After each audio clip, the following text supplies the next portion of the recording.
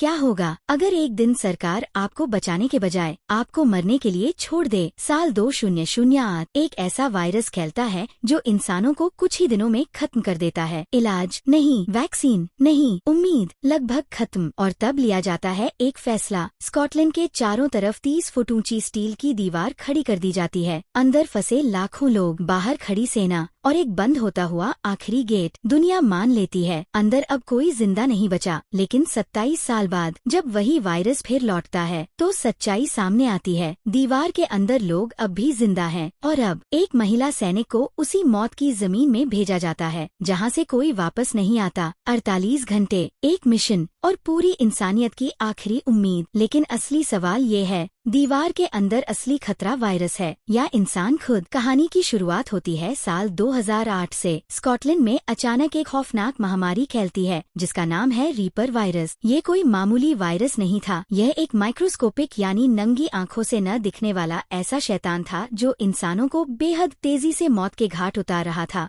Glasgow शहर में ये संक्रमण आग की तरह फैल रहा था। ना कोई दवा, ना कोई वैक्सीन, सिर्फ मौत। पहले ही हफ्ते में हजारों लोग अपनी जान गंवा देते हैं। लंदन में बैठे सरकारी अधिकारी समझ जाते हैं कि अगर अभी कोई कठोर कदम नहीं उठाया गया तो पूरा देश बर्बाद हो सकता है। और फिर लिया जाता है एक निर्दयी फैसला। मार्शल लॉ लागू कर दिया जाता है। सड़कों पर सेना तैनात कर दी जाती है। सरकार स्कॉटलैंड के चारों तरफ 30 फुट ऊंची स्टील की दीवार बनाने का आदेश देती है। यह दीवार पुराने रोमन बॉर्डर के साथ खड़ी की जाती है और इस तरह ब्रिटेन 2 हिस्सों में बंट जाता है। स्कॉटलैंड को पूरी तरह सील कर दिया जाता है। समुद्र में बारूदी सुरंगें बिछा दी जाती हैं। हवाई उड़ानों पर प्रतिबंध लगा दिया जाता है। दीवार के अंदर का इलाका अब क्वारंटाइन जोन कहलाता है। जहां संक्रमित लोग थे उन्हें वहीं मरने के लिए छोड़ दिया जाता है। जब आखिरी गेट बंद होने वाला होता है तब हर इंसान जान बचाकर बाहर निकलने की कोशिश करता है, लेकिन सैनिक किसी को जाने नहीं देते। इसी अफरा तफरी में हम एक माँ को देखते हैं। वो पागलों की तरह अपनी छोटी बेटी को बचाने की कोशिश कर रही होती है। वो एक हेलीकॉप्टर के पास जाकर एक अफसर से विनती करती है, मेरी बेटी संक्रमित नहीं है, उसे यहाँ से ले जाओ। अफसर मना कर देता है। माँ कहती है, मुझे छोड़ दो, बस मेरी बेटी को बचा लो। जाते जाते वह अपनी बेटी के हाथ में एक कागज थमा देती है। उस पर उनके घर का पता लिखा होता है, एक उम्मीद कि शायद किसी दिन वो दोनों फिर वही मिलेंगे। धीरे धीरे क्वारंटाइन जोन के अंदर सब खत्म हो जाता है। खाना, पानी, बिजली, सब कुछ। लोग जिंदा रहने के लिए एक दूसरे से लड़ने लगते हैं। सड़कें खून, आग और लाशों से भर जाती हैं। फिर एक दिन पूरा इलाका अंधेरे में डूब जाता है। बाहर की दुनिया मान लेती है कि स्कॉटलैंड के अंदर अब कोई जिंदा नहीं बचा।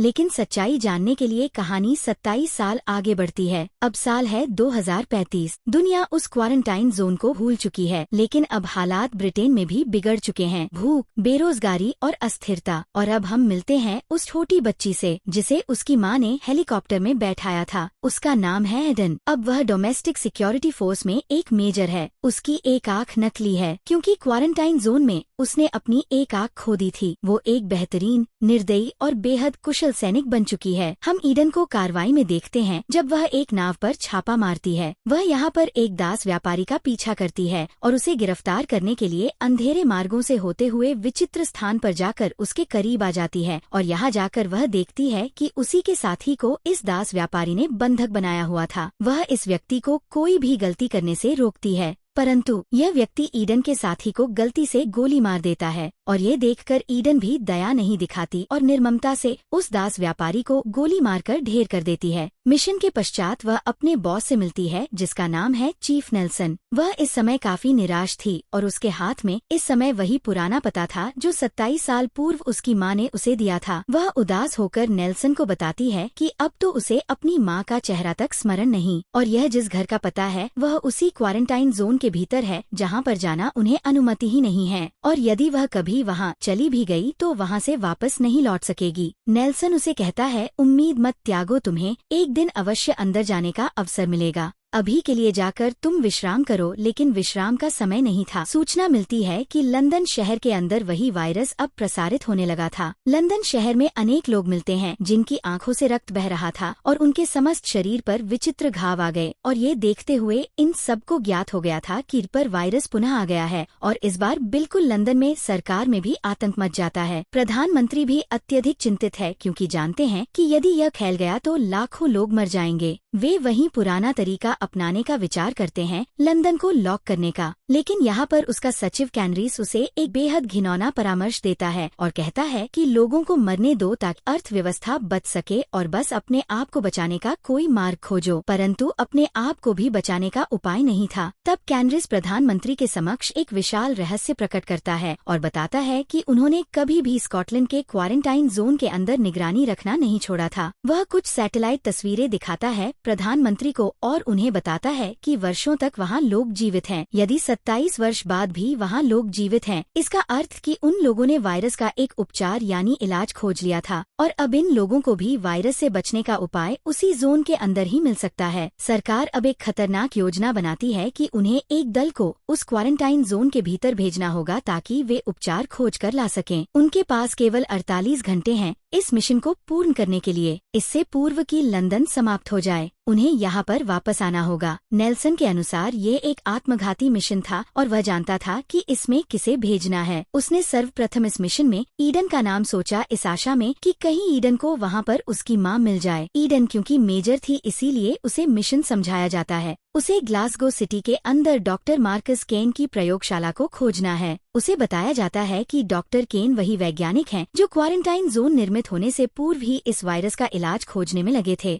लेकिन जब वह क्वारंटाइन जोन बना तो वे क्वारंटाइन जोन के अंदर ही रह गए ताकि वे वहां रहकर वहां के लोगों की सहायता कर सकें। सरकार को लगता है कि अब भी डॉक्टर केन जीवित है और उनके पास वह उपचार है। अब ईडन अपने सैनिकों के साथ उस विशाल दीवार के निकट पहुंचती है। यह स्थान पहले ही स्वचालित बंदूकों से भरी हुई है। वहाँ वह अपनी टीम से मिलती हैं, जिसमें 2 वैज्ञानिक भी हैं। ये सब लोग मिलकर एक अत्यंत विशाल सशस्त्र टैंक के अंदर बैठ जाते हैं जो वास्तव में युद्ध के लिए निर्मित किए गए थे। ये विशाल द्वार खुलते हैं और टीम मौत की भूमि में प्रवेश हो जाती है। ग्लासगो शहर एक खंडहर बन चुका है। इमारतें यहाँ पर ध्वस्त हो रही हैं। सड़कों पर जंग लगी वाहन पड़ी हैं। मनुष्यों की अस्थियां और शव भी जगह जगह हैं। लेकिन तभी उन्हें वहाँ पर कुछ अजीब दिखता है। उनका वाहन अचानक से एक गाय से टकरा जाता है और जब वे बाहर देखते हैं तो वहाँ पर अनेक और भी गाय थी जो वहाँ घास चर रही थी। ईडन सोचती है कि यदि यहाँ पर पशु जीवित रह रहे हैं तो इसका अर्थ यहाँ पर कुछ मनुष्य भी जीवित रह रहे होंगे। वायरस सबको नहीं मार रहा। खैर उन्हें डॉक्टर केन को खोजना था, जिन्हें खोजने के लिए वे पुराने अस्पताल पहुँचते हैं। लेकिन यह अस्पताल अब अस्पताल नहीं रहा, एक खंडहर बन चुका है। यहाँ अंधकार है और भयावह वातावरण है। ईडन के साथ आए हुए वैज्ञानिक यहाँ पर अपने कार्य में लग जाते हैं और डॉक्टर केन की समस्त रिपोर्ट्स इत्यादि खोजने लग जाते हैं और उन्हें यहाँ पर एक पुरानी रिकॉर्डिंग मिलती है जिसमें केन की आवाज है। केन आज से लगभग 21 वर्ष पूर्व की बात कर रहे हैं, जब यहाँ पर भोजन समाप्त हो गया था और लोग एक दूसरे को मार खा रहे थे और ये समस्त रिकॉर्डिंग सुनकर सबकी आत्मा काम जाती है। उस समय जब वे प्रयोगशाला की तलाशी ले रहे होते हैं तो बाहर उनका चालक एक पास खड़ी युवती को देखता है। उसे वह युवती भयभीत लगती है और वह उसकी सहायता करने का विचार करता है और आदेशों के विरुद्ध जाकर उस युवती को अपने ट्रक के अंदर बिठा लेता है। लेकिन यहाँ पता चलता है कि वह युवती एक जाल थी। वह चालक को मार देती है और यहाँ पर अपने अनेक साथियों को बुला लेती है।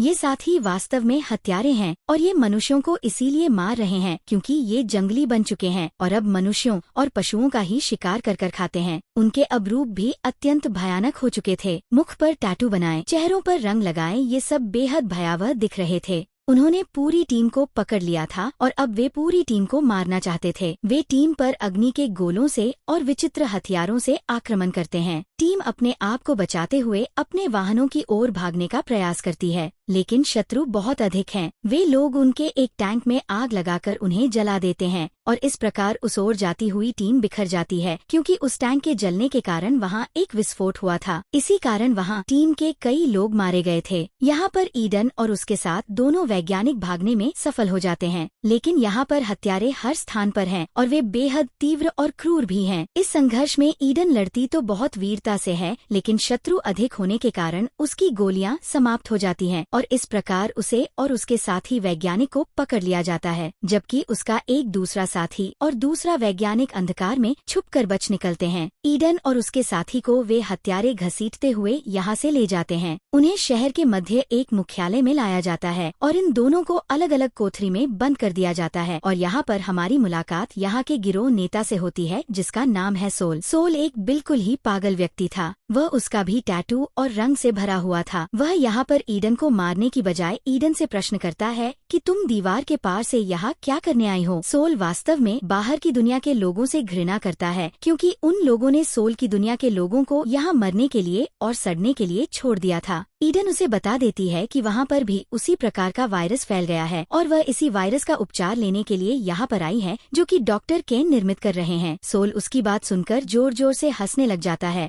और बताता है कि डॉक्टर केन मेरे ही पिता हैं और वे एक झूठे मनुष्य हैं। केन ने हमेशा सबको बताया कि बाहर की दुनिया मृत हो चुकी है, लेकिन ईडन ने यहाँ आकर सिद्ध कर दिया था कि केन असत्य बोल रहे थे और यह असत्य वह हमेशा से सिद्ध भी करना चाहता था। सोल अब अपनी विजय का उत्सव मनाने का निर्णय करता है। वह अपने पूरे गिरोह को एक विशाल कॉन्सर्ट हॉल में बुलाता है। वहाँ का दृश्य बेहद अजीब है, किसी सर्कस जैसा है ये सब। सोल यहाँ पर ईडन के साथी वैज्ञानिक को बुलाता है और उसके आते ही यहाँ पर आसपास के लोग उस पर पेट्रोल छिड़ककर एक ही क्षण में उसे जीवित जला डालते हैं। उसकी चीख पुकार सुनकर कारागार में पड़ी हुई ईडन भी समझ जाती है कि उसके साथ कुछ बेहद बुरा हो गया है। पता चलता है कि ये लोग किसी प्रकार मनुष्यों को जीवित जलाकर उन्हें पकाकर खा जाया करते थे और ये वैज्ञानिक उनका आज का शिकार था। इस समय ईडन को समझ आ गई थी कि यदि उसे बचना है तो उसे यहाँ से निकलना होगा। वह एक व्यक्ति को अपने निकट बुलाते हुए उसका उपयोग करते हुए इस कारागार का द्वार खुलवा लेती है और फिर उस पहरेदार को मारते हुए यहाँ से भाग निकलती है। इधर पास वाली कोठरी में एक और युवती बंद थी जिसका नाम कैली था। कैली बताती है कि वह डॉक्टर केन की पुत्री है और सोल की बहन है। इस समय वह ईडन को बताती है कि मैंने तुम्हारी और सोल की बातचीत सुनी है। मुझे ज्ञात है कि तुम डॉक्टर केन की खोज में हो और मैं तुम्हें वहाँ तक लेकर जा सकती हूँ। वे पहाड़ों में एक किले में बसे रहते हैं। उसकी ये बातें सुनकर ईडन कैली को भी मुक्त करवा देती है और दोनों भागने का प्रयास करती हैं। लेकिन मार्ग में वाइपर आ जाती है जो सोल की मित्र है और बेहद खतरनाक है। ईडन से वह लड़ती है। ईडन और उसके बीच प्रचंड युद्ध होता है, लेकिन क्योंकि ईडन पूर्णतया प्रशिक्षित थी तो इस प्रकार उसके हर तलवार और छुरी के प्रहार को वह रोक देती है और अंत में उसी को मार देती है, जिसके पश्चात ईडन और कैली शहर से भागती हैं और मार्ग में ही उन्हें अपने भाग्यशाली दोनों साथी जो अंधकार में छुप गए थे वे भी मिल जाते हैं। अब ये चारों मिलकर भाग रहे थे और हत्यारे मोटरसाइकिलों पर उनका पीछा करते हैं। वे सब एक रेलवे स्टेशन की ओर भागते हैं और एक पुरानी रेलगाड़ी में चढ़ने में सफल हो जाते हैं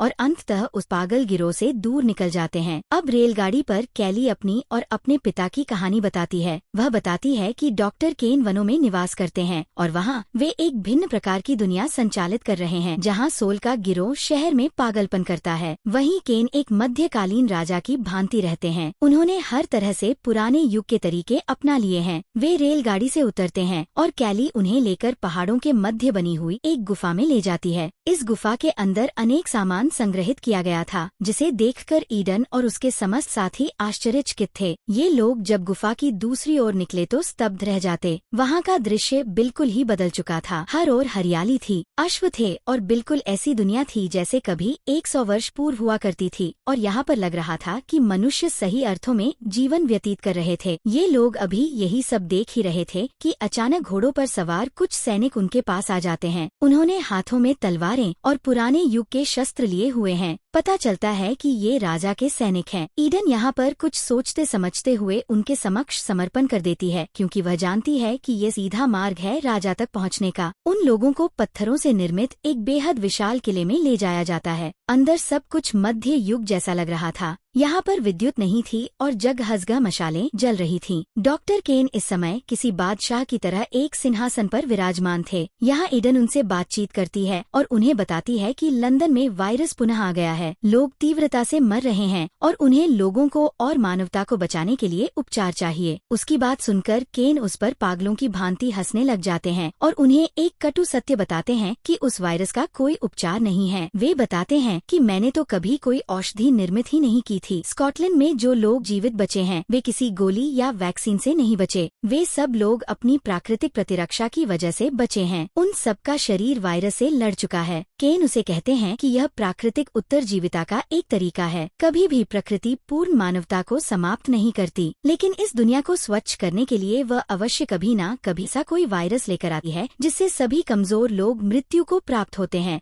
और जो लोग सशक्त होते हैं बस वही इस दुनिया में बच जाते हैं जो आगे की पीढ़ियां चला सकें। उनकी ये बातें सुनकर ईडन को ज्ञात हो जाता है कि वे सहायता करने से स्पष्ट इनकार कर रहे हैं और यहाँ पर केन उसे यह भी बात बता देते हैं कि उन्हें बाहर की दुनिया से और वहाँ के लोगों से तीव्र घृणा है। वे जाकर भी वहाँ के लोगों की सहायता नहीं कर सकते अब क्योंकि ईडन उनकी बंदी बनी हुई थी, बिना अनुमति के उनके क्षेत्र में आई थी तो दंड तो उसे मिलना था। दंड के लिए वे उसे अपने रणक्षेत्र में ले जाते हैं और वहाँ पर उसे लड़ने का आदेश देते हैं और उसके पश्चात उसको मार देने को कहते हैं। यहाँ पर ईडन अपना वास्तविक जुनून और अपना वास्तविक कौशल दिखाती है और वहाँ उपस्थित सभी के सभी सैनिकों से इतना उत्कृष्ट लड़ती है कि सभी को मार देती है और उसके पश्चात उनसे उन्हीं के भाले लेकर उन्हीं के शरीर में घूम कर अपने आप को बचा लेती है। ये भारी भारी कवच पहने हुए लोग उसके समक्ष पराजय मान गए थे और यह देखकर डॉक्टर केन को अत्यधिक क्रोध आ गया था। इस समय जब ईडन अपने जीवन और मृत्यु से लड़ रही थी, पीछे से कैली और दूसरे डॉक्टर भाग निकलने में सफल हो गए थे। वे अब किले से बाहर निकलते हुए वहां से कुछ बारूदी हथियार उठा लाते हैं जिन्हें आज के युग में बम कहा जाता है। यहाँ दिखाया जाता है कि अपने लोगों की पराजय देखकर डॉक्टर केन को इतना क्रोध आया हुआ था कि उन्होंने ईडन को गोली से मार डालने का आदेश दिया था, लेकिन उससे पूर्व ही कैली और उसके साथी ने आकर यहाँ पर एक विशाल विस्फोट करवा दिया और इस प्रकार ईडन का प्राण बच गया। यहाँ पूरे किले में अफरातफरी मच जाती है और ईडन अपने हथियार उठाते हुए अपने मित्रों तक पहुँचती है। ये लोग भागते हुए किले के पीछे एक भूमिगत बंकर में पहुँचते हैं। वहाँ उन्हें कुछ ऐसा मिलता है जिसकी उन्हें आशा भी नहीं थी। एक चमकती हुई सिल्वर बेंटले कार, एक रेसिंग कार जो वर्षों से यहाँ बंद थी। ये लोग चाबी घुमाते हैं और गाड़ी प्रारंभ करते हैं। गाड़ी चल पड़ती है और इन लोगों की प्रसन्नता का ठिकाना नहीं रहता। ईडन, कैली और एक वैज्ञानिक उसमें बैठ जाते हैं जबकि सार्जेंट नोन डॉक्टर केन के भेजे हुए योद्धाओं को रोकने के प्रयास में लग जाते हैं और इसी प्रयास में वे तीरों के आक्रमण में मारे जाते हैं और ईडन उन्हें मरता हुआ देखकर दुखी हो जाती है। लेकिन अब शोक मनाने का समय नहीं था। वह गति पेडल दबाती है और गाड़ी को दौड़ाते हुए तूफान की गति से यहाँ से ले जाती है। मार्ग में वह सैटेलाइट फोन से अपने चीफ नेल्सन से संपर्क करती है और उसे वह संपूर्ण सत्य बता देती है कि यहाँ पर कोई भी उपचार नहीं है, लेकिन एक मार्ग है वैक्सीन निर्माण का। यहाँ पर जो बचे हुए लोग हैं वे उस वैक्सीन से प्रतिरक्षित हैं और उनके रक्त से एक नई वैक्सीन निर्मित की जा सकती है। वह डॉक्टर केन की पुत्री कैली को भी अपने साथ लेकर आ रही थी जिसका रक्त उपयोग किया जा सकता था, अर्थात उनके लिए कैली ही वह उपचार थी। वह शीघ्र ही सामने के द्वार खोलने को कहती है ताकि वह कैली को लेकर अपनी दुनिया में आ जाए, लेकिन संकट अभी टला नहीं था। सोल और उसके हत्यारों का गिरोह उन्हें खोज लेता है। वास्तव में वे पहले से ही राजमार्ग पर प्रतीक्षा कर रहे थे। इस प्रकार स्कॉटलैंड की सुनसान सड़कों पर तीव्र गति युद्ध प्रारंभ हो जाती है। हत्यारे अपनी टूटी फूटी पुलिस वाहन, बाइक्स और एक विशाल बस लेकर उनका पीछा करते हैं। सोल अपनी संशोधित कार में ईडन का पीछा कर रहा है और इस समय क्रोध से पागल हो चुका है क्योंकि ईडन ने उसकी बेहद प्रिय मित्र को मार दिया था। क्रोध की अग्नि में सोल की गति से चलती हुई गाड़ी में से निकलकर सोल छलांग लगाता है और ईडन की कार के ऊपर आ जाता है। इस समय पर वह अत्यंत शक्तिशाली लग रहा था। वह छत तोड़कर उन्हें मारने का प्रयास करता है। यहाँ दिखाया जाता है कि ईडन एक हाथ से गाड़ी चला रही थी और दूसरे हाथ से सोल से युद्ध कर रही थी। गाड़ी के अंदर हाथापाई प्रारंभ हो जाती है और यहाँ डॉक्टर भी उनकी सहायता करने का प्रयास करता है, लेकिन सोल को रुकने का नाम ही नहीं ले रहा था। सामने सड़क पर हत्यारों की बस मार्ग अवरुद्ध कर खड़ी हो जाती है, लेकिन ईडन नहीं रुकती। वह पूर्ण गति में गाड़ी बढ़ाती है और गाड़ी जोर से उस बस के 2 खंड करते हुए आगे निकल जाती है और ऊपर से सोल का हाथ फिसल जाता है। सोल भी अंततः गिर जाता है और ये लोग अंततः सभी हत्यारों को पराजित करते हुए दीवार तक पहुंच जाते हैं। हमें दिखाया जाता है कि यहाँ पर पहले ही सरकार का हेलीकॉप्टर आ चुका था जो प्रतीक्षा नहीं कर पा रहा था, लेकिन पता चलता है कि इसमें नेल्सन नहीं था बल्कि वह चालाक अधिकारी कैनरीज था जो पहले से ही प्रधानमंत्री को अपने इशारों पर नचाता था। वास्तव में उसी को उपचार चाहिए था। ईडन और डॉक्टर कैली के साथ बाहर आती हैं। कैनरिस कैली को देखता है और समझ जाता है कि यही वैक्सीन निर्माण के लिए एक दाता होगी। उसे देखकर वह प्रसन्न हो जाता है, लेकिन तभी वह कुछ ऐसा कहता है जिससे उसकी असलियत सामने आ जाती है। वह ईडन से कहता है कि तुम कैली का ध्यान रखना, हमें अभी वैक्सीन नहीं चाहिए। वास्तव में वह चाहता था कि लंदन में वायरस थोड़ा सा और फैल जाए ताकि अधिक लोग मर जाएं और अर्थव्यवस्था सशक्त हो जाए। वह बताता है कि इस समय प्रधानमंत्री भी उस वायरस से मृत हो चुके हैं और अब वही नया प्रधानमंत्री है। यहाँ पर एक और भयावह षड्यंत्र यह भी पता चलता है कि कैनरिस ने ही वास्तव में लंदन में वह वायरस फैलाया था ताकि उसे शीघ्र सत्ता मिल सके। इस समय उसकी योजना थी कि जब अधिक वायरस फैल जाएगा तब वह इस वैक्सीन को सामने लेकर आएगा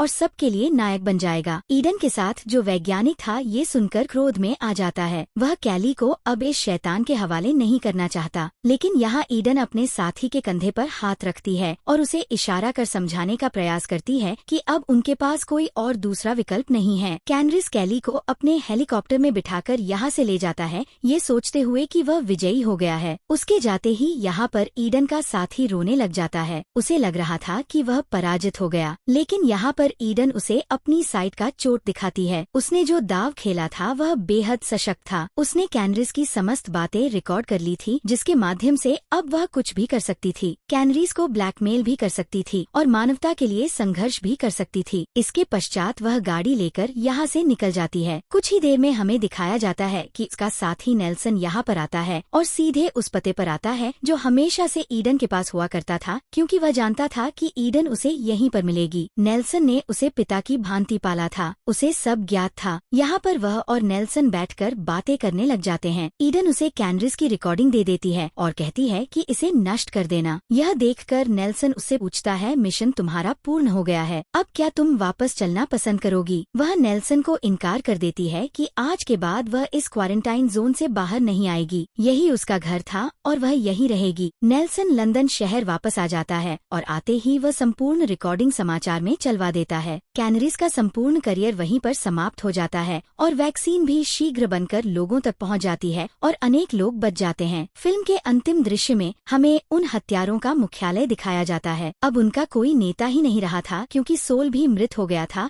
और उसकी मित्र भी मर गई थी। इस समय वे नए नेता के विषय में विचार ही रहे थे कि अचानक से द्वार खुला और यहाँ पर ईडन सोल का कटा हुआ सिर लेकर आई, क्योंकि उसने उनके नेता को मारा था। तो अब उनकी नई नेता भी वही थी और ऐसे उन्हें यहाँ का नया नेता दिखाते हुए ये फिल्म यहाँ समाप्त होती है।